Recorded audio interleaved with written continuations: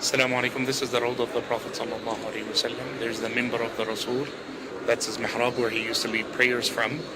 Back one and to the left is the Amud of Aisha. Praying behind this right here is better than the world and what's in it.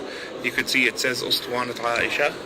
The next pillar from Aisha, the next one down is the pillar of Abu Lubaba. It's the Amud of Rahmah, where Abu Lubaba had tied himself to it for a number of days until Allah's mercy descended upon him and forgave him.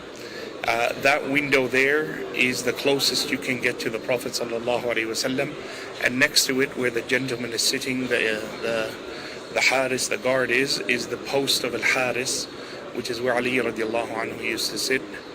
You could see the difference between these poles. They only have a little red in it, which means it's the outer boundary of the Rawda. The Rawda proper is where there's a full red in the column, and of course back there, if you pass there, you're no longer in the Rawda, and the carpet changes. Now, of course, there's green carpet all the way back, but the actual Rawda is just this section where the red pillars are, all the way, because from the house of the Prophet ﷺ, as you could see on that sign, ما بين بيتي ومنبري روضة من رياض الجنة, between my house and my pulpit is a garden from the gardens of paradise, and that's it here, inshallah.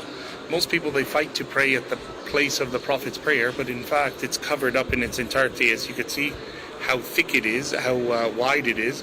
It covers the full place that the Prophet used to stand, so there's no reason to push one another to try to pray where he prayed. You're not going to get there anyway.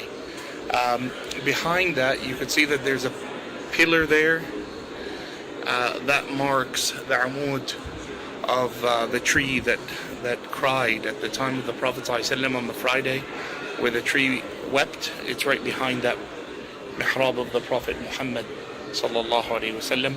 Now, the virtue of the Rawda, there's nothing in particular about praying 2 rak'ah in it, but it's taken by the Imams as something that's praiseworthy. And may Allah subhanahu wa ta'ala accept our prayers and our salah here, inshallah.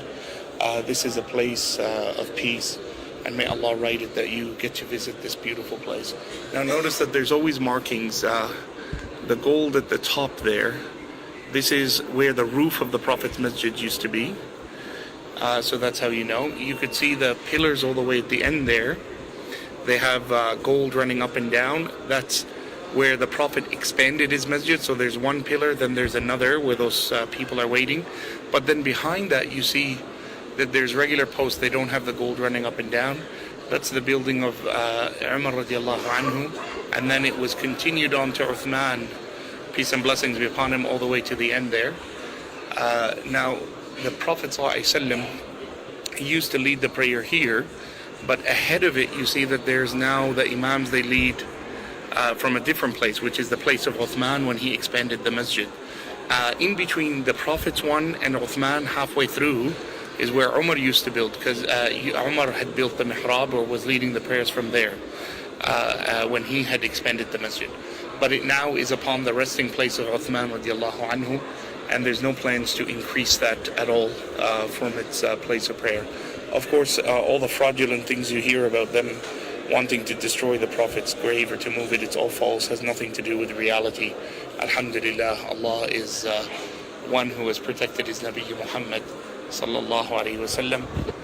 May you join me here one day, inshallah. This is your brother Ibrahim. I pray that Allah subhanahu wa ta'ala accepts from us and you, and may we gather here near the Nabi Muhammad sallallahu alaihi wasallam year after year and day after day. Allahumma ameen.